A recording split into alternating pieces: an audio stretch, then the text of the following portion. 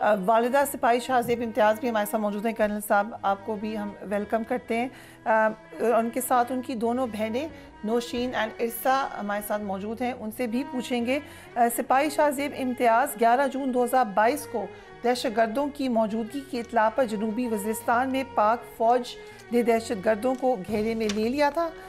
دونوں جانب سے شدید فائرنگ ہونا شروع ہوئی. اسی دوران سپاہی شاہزیب امتیاز جو اس سے قبل بھی مختلف دہشت گردی کے آپریشنز میں انتہائی بہادری اور دلیری کا مظاہرہ کر چکے تھے، انہوں نے زبردست مقابلہ کیا دہشت گردوں کا. فائرنگ کے تبادلے کے دوران پھر جب ظاہر کراس فائر تھا، لڑائی تھی، ایک گولی سپاہی شاہزیب امتیاز کے سر میں لگی اور وطن کے اس بہادر بیٹے نے جام شہادت نوش کیا. ان کو بھی ہم سلوٹ کرتے ہیں. سپاہی امتیاز شہید کی شہادت پر ان کی والدہ اور بھائی موجود تھے اس وقت، انہوں نے کیا کہا تھا یہ بھی دیکھیں. انشاءاللہ آمین ثم آمین. سائقہ ناز ان بہادر بیٹوں کی والدہ ہمارے ساتھ موجود ہیں. I am so sorry, I could see کہ آپ کے لیے بہت مشکل ٹاپک ہے. اس وقت بھی آپ کے آنسو بہہ رہے ہیں.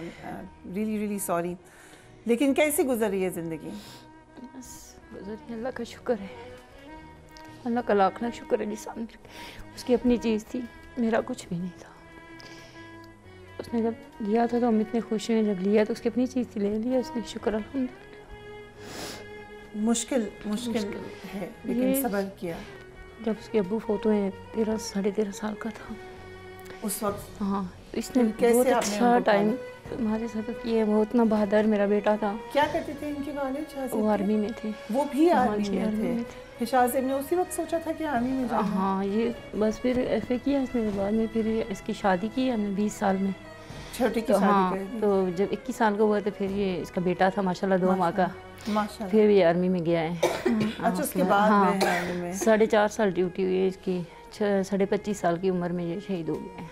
رائٹ. تو بیٹے اب ان کے کتنے بڑے ہیں؟ ایک بیٹا اس کا 6 سال کا ہے، بیٹی ایک 4 سال کی ہے اور ایک 3 سال کی ہے. 3 بچے ہیں. چلے آپ ان کی شکل میں دیکھتے ہوں. ماشاءاللہ ماشاءاللہ بہت جو ہے نا، تو بہت اچھا ہے بیٹا اس کا ماشاءاللہ. اتنا ذہین اور اتنا اچھا پڑھتا بھی ہے ٹھیک ٹھاک. ماشاءاللہ ماشاءاللہ. اللہ کی رحمت ہوتی ہے شہداء کی فیملی کے اوپر.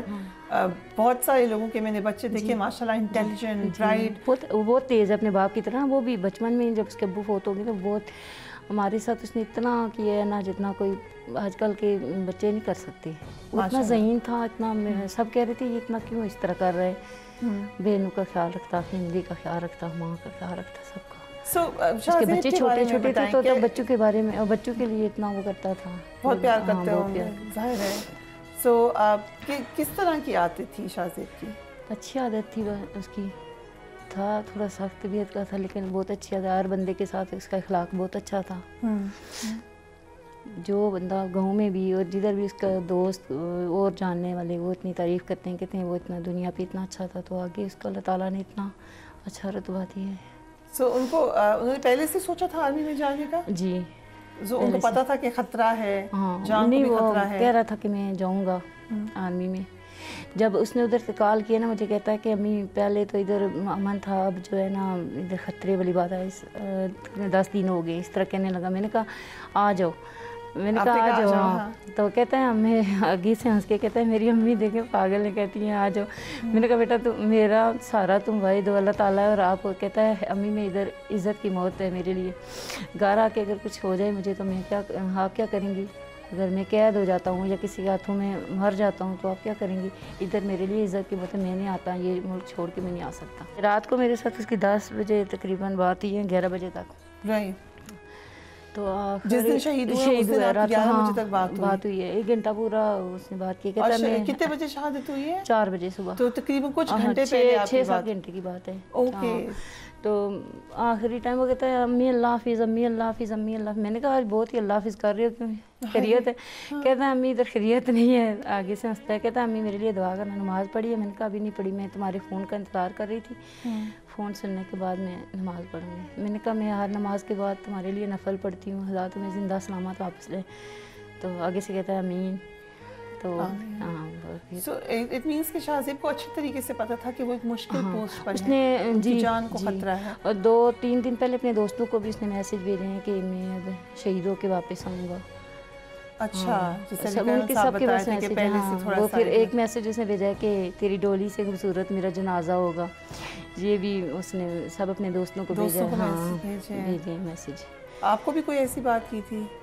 میرے سامنے تو وہ ایسی بات نہیں کرتا تھا کیونکہ میں مریض ہوں خود,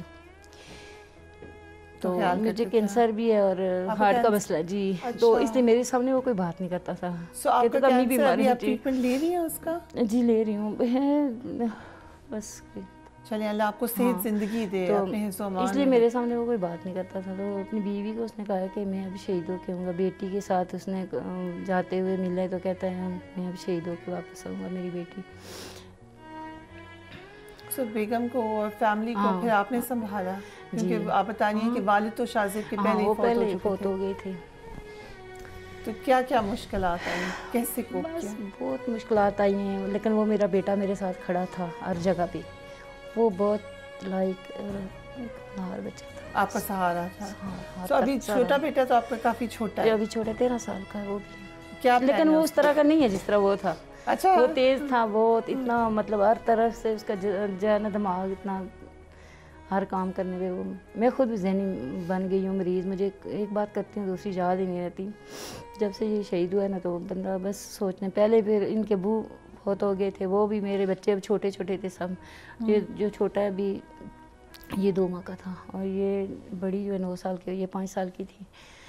بڑی مشکل سے میں نے میرے ذہن مسئلہ بن گیا. میں بس 2 باتیں کرتی ہوں پھر میرے ذہن جو ہے نا گھومنا شروع ہو جاتا ہے. MS سے میں علاج کروا رہی ہوں لیکن کوئی فرق خاص نہیں پڑتا. اللہ میاں آپ کو صحت زندگی دے, آپ کو حوصلہ دے, آپ کو صبر دے. نوشین صاحب دونوں کو بھی شامل کرتی ہوں. آپ کے اوپر تو نوشین کافی ذمہ داری ہوگی کیونکہ جیسے آپ کی والدہ بتا رہی ہیں بہت حوصلے میں ہیں لیکن انہوں نے بیماریاں بھی ہیں, پھر بھائی بھی. وہ ہمارا بڑا بھائی تھا, اس کا بہت سہارا تھا مجھے, کیونکہ میں جب سسرال میں ہوتی تھی کال کرتا تھا میں آؤں گا تو میں ساتھ لے کے جاؤں گا. جب بھی آتا تھا مجھے یہاں سے گاؤں ساتھ لے کے جاتا تھا. تو پھر جہاں جاتا تھا ساتھ لے کے, کیونکہ بچپن سے ہم ننیال فیملی کے ساتھ رہے, میں اور میرا بڑا بھائی, اور انہوں نے ساتھ رکھے. پھر دیکھیں چھوٹے چھوٹے تھے, اس کا سہارا تھا, اس نے میرا خیال رکھا, بڑے ہوئے. پھر اس نے میری شادی کی, اپنی شادی کی.